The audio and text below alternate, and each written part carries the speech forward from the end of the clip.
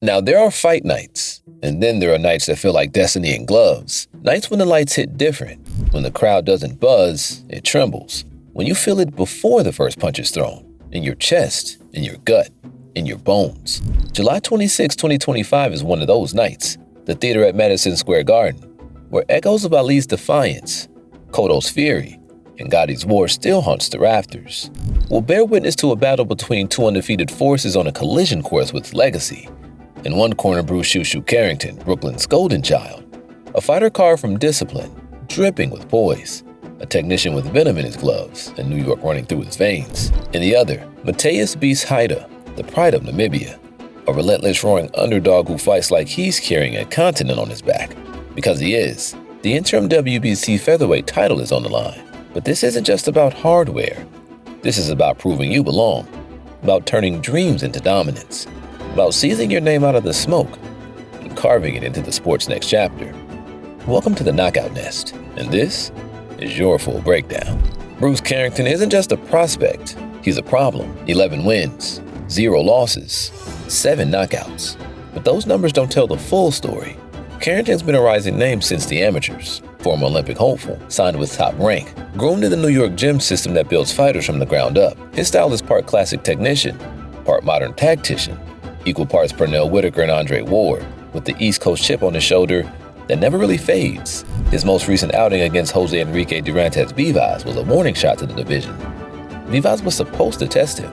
Instead, Carrington tore through him in 3 rounds. Sharp jab, surgical bodywork, and complete control from the first bell. But what makes Carrington dangerous isn't just his skills, it's his poise. He doesn't just fight to win, he fights to solve. And once he's got your rhythm, it's over. This fight is happening at home at MSG, under lights he's dreamed under, in front of family, friends, former sparring partners, kids from Brownsville who see him as the blueprint. This is more than a fight, it's a statement. Now meet Mateus beats Heita, a man whose name you might not know, but whose style you'll never forget. 10 wins, 7 knockouts, all grit. Heita doesn't come from a high-profile stable. There's no US media buzz, no headlines. He comes from Windhoek, Namibia, where fighters aren't molded by hype, but by hardship. And his style? Yeah, it reflects that. Heita's a pressure-first fighter, a grinder who walks forward, closes space, and throws with the kind of intention you can't fake. He's not elegant, he's not flashy, but he's effective. He breaks down opponents with attrition, with repetition, with belief. But there's more to Heita than just numbers and toughness.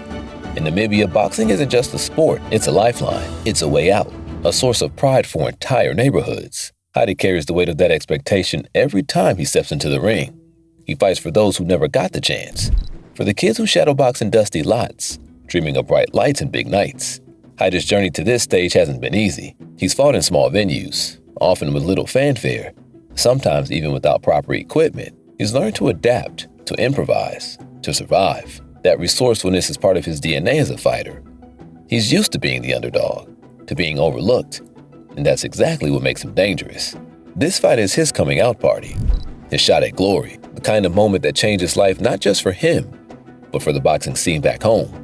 A win here would send shockwaves through Namibian boxing, inspiring a new generation and proving that world-class talent can rise from anywhere, even from the overlooked corners of Southern Africa. If Carrington is fighting to rise, Heita is fighting to exist, and that's a dangerous kind of hunger. You see, this is what we love about boxing, the contrasts. The ring isn't just a stage for fists, it's a laboratory for styles, personalities, and philosophies to collide. Carrington is a rhythm disruptor. He moves like he's in a groove only he can hear, doubling the jab, rolling under hooks, firing counter-off pivots. His punch accuracy hovers around 38%. He doesn't waste energy. He doesn't chase knockouts, he designs them. Every move is calculated, every angle purposeful. He's a technician who paints with punches, using feints and footwork to lure opponents into traps. His defense is subtle, shoulder rolls, quick pivots, and an ability to slip just out of range, making opponents miss by inches and pay by miles. Heita is pressure in human form. His guard is high, his chin is forward, and his mission is simple: get close, stay close, hurt something. He throws 30 to 40% more punches per round than most of his weight class. His body attack is brutal. He's not trying to outscore you, he's trying to drain you. Heita's style is relentless. He cuts off the ring, crowds his opponents and digs to the body with both hands. He thrives in chaos, turning every round into a test of will and endurance. Where Carrington dances, Heita marches, always forward, always imposing. The clash is more than just tactics. It's a battle of mindsets. Carrington's best path is to control distance, use the jab, turn angles, avoid the ropes. He must dictate the pace, keep the fight in the center of the ring, and frustrate Heita with movement and precision. Heita's best chance? Close that gap early and keep it there. Force Shu Shu into a war he didn't sign up for. Make every exchange uncomfortable. Wear him down round by round until the rhythm breaks and the fight becomes a brawl. It's the classic matchup. Clean boxer versus chaos engine. Science versus storm. Who bends first? Who imposes their will? In a sport where style makes fights, sometimes they also make fire. Fighting at home is a blessing and a curse. Carrington will walk into MSG to roars. He'll feel the city behind him. But the weight? Oh, it's real. When every eye is on you, there's no room for slip-ups. Every missed jab draws gasps. Every close round? Tension. Heita? He walks in free. No pressure. No expectations. And sometimes that's the best armor a fighter can wear. Ask Andy Ruiz. Ask Buster Douglas. Being counted out makes surprises feel inevitable. Carrington may be the favorite, but Heita is the unknown. And that's what makes this combustible. Let's get into the fight science, where every movement and every adjustment tells a story. Carrington's toolbox. He has a quick twitch jab. He sets up offense and disrupts rhythm. Carrington's jab isn't just fast, it's educated. He varies speed and placement, using it as both a rangefinder and a weapon to disrupt Heita's forward momentum. He has ring generalship. He circles left, rarely backs up in straight lines. He's a master at controlling real estate, always aware of his position relative to the ropes. His footwork keeps him out of danger and forces opponents to reset. He has a high fight IQ and doesn't force exchanges. He picks his moments. Carrington reads opponents, making subtle adjustments mid-round. He's patient, never rushing, always waiting for the right opening. He sets traps, throws combinations not just to land, but to draw out counters he can exploit. He throws to create space, using angles to keep Heita off balance. He times opponents on the step in, making them pay for aggression.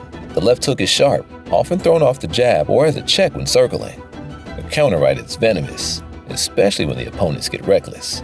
Heita has high volume, throws 70 to 80 punches around in his best outings. Heita's work rate is relentless, forcing opponents to work at a pace they're uncomfortable with. He has a body-first attack and loves the left hook to the ribs, uses it to slow movers. Heita invests early and often to the body, sapping his opponent's energy and making them easier targets. He has a tight guard, absorbs shots, and walks you down. He's comfortable taking a few to land his own. Using his high guard to block and parry as he closes the gap. He squares up a bit too much in transition, which leaves him vulnerable to counters, especially against a sharpshooter like Carrington. But his recovery is solid. He rarely gets flustered and quickly resets his base. Heita thrives in the second half of fights, where his conditioning and mental toughness come into play, often overwhelming his opponents who start fast but fade. If Carrington can keep this tactical, using his jab angles and ring IQ, he likely cruises, controlling tempo and minimizing risk. But if Heita roughs him up early, closes distance, and imposes his volume, it's a dogfight. The outcome hinges on who can dictate the terms of engagement, Carrington's chessboard or Heita's furnace.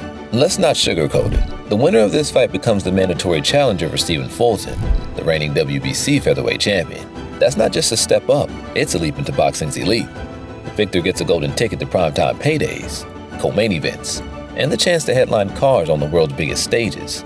It's a shot at legacy, not just a title. For Carrington, a win here does more than pad his record. It cements him as one of the new American starts at 126 pounds, a division rich with history and talent. He'd move from prospect to contender, his name suddenly in every conversation about the future of the sport. Endorsements, media attention, and bigger purses would follow. This is the fight that could turn him from promising to proven. For Heita, the stakes are even higher.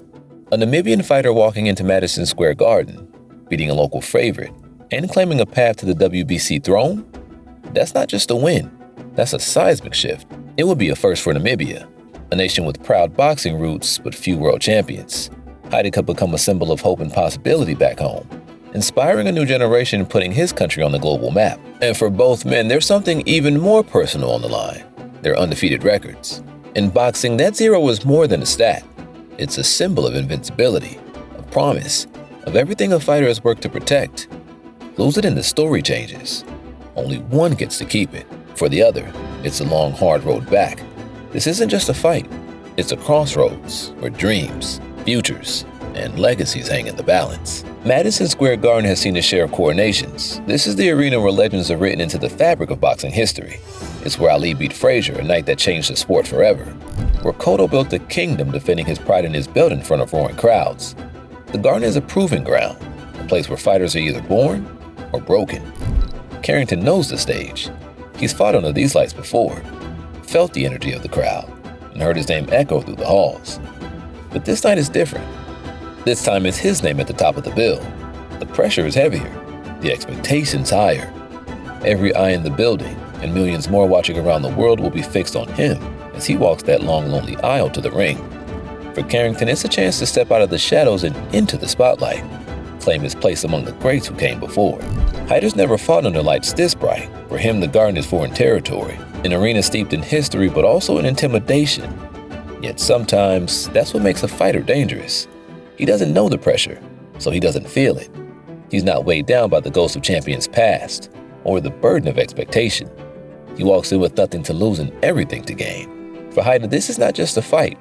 It's a chance to shock the world, to write his own chapter in a place where so many stories have begun and ended. Fights like this, they don't just fill seats or sell pay-per-views. They change lives. One night in Madison Square Garden can turn an underdog into a hero, a contender into a champion, a name on a poster into a name etched in history. And when the bell rings, the echoes of every great battle fought here will be in the air, reminding both men that this is where legacies are made. Let's talk intangibles, the unpredictable factors that can tilt a fight. Carrington has gone rounds before, but never against a relentless engine like Heita. In a championship setting, the fight could go up to 12 rounds, each lasting 3 minutes with only 1 minute to recover between. This format is designed to push a fighter's endurance, strategy, and mental toughness to the limit. Carrington's efficiency and movement conserve energy, but Heita's pace, throwing 70 to 80 punches a round, forces opponents to work at uncomfortable speeds. The real question, does Carrington have enough gas for the deep waters of rounds 10, 11, and 12, when fatigue exposes flaws, and only the most conditioned survive? Heita's style is to walk through fire, absorbing shots to get inside. If Carrington's timing is sharp early, he could open up cuts or swelling around Heita's eyes, potentially limiting Heita's ability to apply pressure. In a long fight, even a small cut can become a major factor, affecting vision and forcing a fighter to adjust. The ringside doctor's decision can change everything if a wound gets out of control. Heita doesn't wait, he pushes the fight, forcing a high-tempo battle from the opening bell. Carrington, with his slick footwork and defensive angles, might try to slow the pace and pick his moments, but judges are often split. Do they reward Carrington's accuracy and ring generalship, or Heita's aggression and sheer volume? If Carrington spends too much time moving without landing, momentum in rounds could slip away. This could be the fight of halves. Carrington's skill and speed might control the early rounds, but if the pace drops or Heita's pressure starts breaking through, the tide can turn fast in the championship rounds. Heita is known for coming on strong late, thriving as others fade. If Carrington's early lead erodes, Heita has the tools and the hunger to steal the fight down the stretch. In a 12-round war, it's not just about skill, it's about who can adapt, endure, and capitalize when the wild cards hit the table. So how does it go? If Carrington keeps his feet moving, fires the jab and stays off the ropes, he should be able to outbox Heita to a decision. Maybe even force a late TKO if Heita walks into too many sharp counters. But if Heita finds him early, if he traps him against the ropes, lands to the body and makes it a brawl, we're talking about a real upset alert. Carrington by decision is the safe pick. Heita by upset is the chaos pick. But boxing lives in chaos. This isn't just a fight between two prospects. It's a collision of paths. A moment where everything each man has lived, sacrificed, and dreams comes to a head. Carrington is polished, marketable, poised. He's a fighter built for the spotlight, groomed for greatness, with every move scrutinized and every win celebrated. He's the one with the expectations, the interviews, the future mapped out by promoters and pundits. Under the bright lights, he looks like he belongs. Heita's unknown, unapologetic, unshaken. He carries no hype, only hunger. He's the outsider, the underdog, the man who had to fight for every inch just to get here. His story isn't written in headlines, it's carved in sweat, setbacks, and silent belief. On July 26th, they meet in the middle, under the garden lights in front of the boxing world. The air will be thick with anticipation, the crowd buzzing with questions. Will Carrington's skill shine? Or will Heita's pressure crack the script? Will the favorite rise? Or will the dark horse steal the show? And when that final bell rings, everything we've said here, every tale, every stat, every prediction, it won't matter. Because in that moment, it's just two men, two gloves, 12 rounds, one truth. No more hype, no more doubt.